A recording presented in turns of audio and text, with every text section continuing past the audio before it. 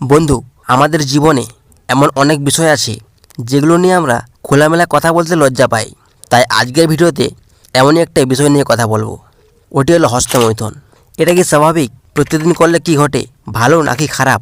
এই প্রশ্নগুলো অনেকের মনে আসলেও এর উত্তর কিন্তু পাওয়া যায় না। তাই আজ আমি বিজ্ঞানের দৃষ্টিকোণ, সামাজিক চিন্তাভাবনা এবং ধর্মীয় দৃষ্টিভঙ্গি থেকে এই বিষয়টি নিয়ে আলোচনা করব। তাই সম্পূর্ণ ভিডিওটি দেখার অনুরোধ রইল। বন্ধু, প্রথমে জানতে হবে হস্তমৈথুন আসলে কি। এটি কিন্তু একটি প্রাকৃতিক প্রক্রিয়া যেখানে মানুষ নিজের উত্তেজনা উপশম করতে নিজেই নিজের শরীর স্পর্শ করে।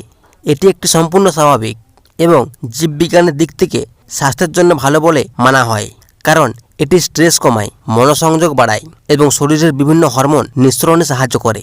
গবেষণা বলছে প্রায় 95% পুরুষ এবং 80% নারী জীবনে কোনো না কোনো সময় হস্তমৈথুন করে থাকেন। তাই এটি শুধু পুরুষদের নয়, বরং নারীদের মধ্যেও স্বাভাবিক বিষয়। তবে এখন প্রশ্ন হলো, প্রতিদিন হস্তমৈথুন করলে কি হবে, বা প্রতিদিন হস্তমৈথুন করা কি স্বাভাবিক? চলুন তাহলে জেনে নিই। বিজ্ঞান বলে সীমিত পরিমাণে হস্তমৈথুন করলে শরীরের জন্য উপকারী। 1 নম্বর উপকার হলো স্ট্রেস কমায়। এটি শরীরের ডোপামিন এবং সেরোটোনিন নামক হরমোনের নিঃসরণকে বাড়ায়, যে হরমোনগুলো আপনাকে ভালো অনুভূতি দেয়। আর 2 নম্বর উপকার হলো ঘুম ভালো হয়। অনেকে এটাও বলেছেন যে হস্তমৈথুন করার পর নাকি তাদের ঘুম ভালো হয়। 3 নম্বর উপকার হলো প্রোস্টেট ক্যান্সারের ঝুঁকি কমায়। গবেষণা অনুযায়ী নিয়মিত হস্তমৈথুন করলে প্রোস্টেট ক্যান্সারের ঝুঁকি কমে। 4 নম্বর উপকার হলো শারীরিক ও মানসিক উত্তেজনা উপশম করে। হস্তমৈথুন একটি নিরাপদ উপায় যার মাধ্যমে আপনি আপনার যৌন উত্তেজনা নিয়ন্ত্রণ করতে পারবেন। তবে এই উপকারিতা শুধুমাত্র তখনই পাওয়া যায় যখন এটি সীমিত পরিমাণে করা হয়। আপনি যদি প্রতিদিন 2 থেকে 3 বার হস্তমৈথুন করেন তাহলে আপনি কখনোই এই উপকারগুলো পাবেন না।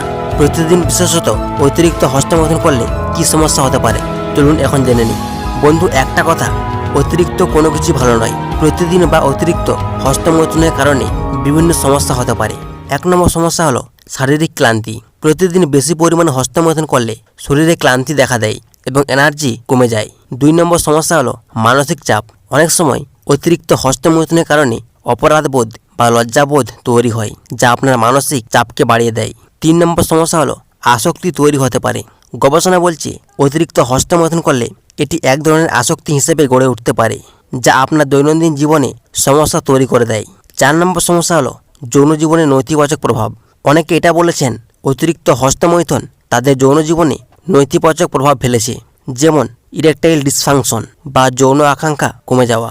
5 নম্বর সমস্যা হলো সামাজিক এবং কর্মজীবনে ক্ষতি। অতিরিক্ত সময় হস্তমৈথুনে ব্যয় করলে আপনার পড়াশোনা, কাজ বা সামাজিক জীবনে মনোযোগ দিতে সমস্যা হবে। তাহলে আমরা বুঝতে পারলাম হস্তমৈথুন একটি স্বাভাবিক প্রক্রিয়া হলেও সব কিছু নির্ভর করে এর পরিমাণের ওপর। আপনি যেমন পরিমাণে হস্তমৈথুন করবেন ঠিক তেমন পরিমাণে তার ফল পাবেন। চলুন জানি হস্তমৈথুন নিয়ে ধর্মীয় এবং সামাজিক দৃষ্টিভঙ্গি কেমন রয়েছে। যদি ইসলামের দৃষ্টিভঙ্গির দিকে লক্ষ্য করি তাহলে জানতে পারবো ইসলাম ধর্মে হস্তমৈথুনকে নিরুৎসাহিত করা হয়েছে। তবে কোনো ব্যক্তি যদি এই কাজের মাধ্যমে হারাম কাজ থেকে বাঁচতে পারে তাহলে কিছু বিদ্বান এর অনুমতি দেন। এবার চলুন দেখি হিন্দু ধর্মে এর দৃষ্টিভঙ্গি কেমন রয়েছে।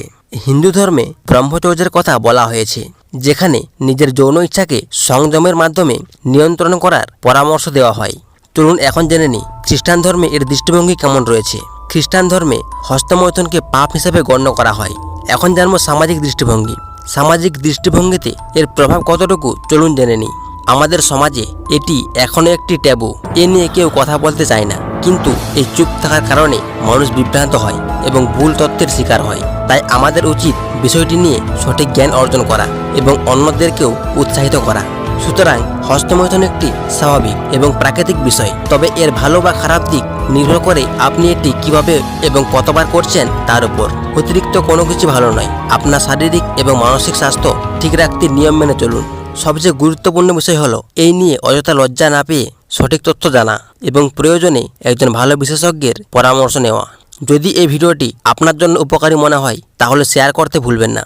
এমন আরও গুরুত্বপূর্ণ বিষয় নিয়ে আলোচনা করতে চ্যানেলটিকে সাবস্ক্রাইব করে আমাদের সঙ্গেই থাকুন। ধন্যবাদ। চলুন দেখা হচ্ছে অন্য কোনো ভিডিওতে। ততক্ষণ পর্যন্ত ভালো থাকবেন, সুস্থ থাকবেন।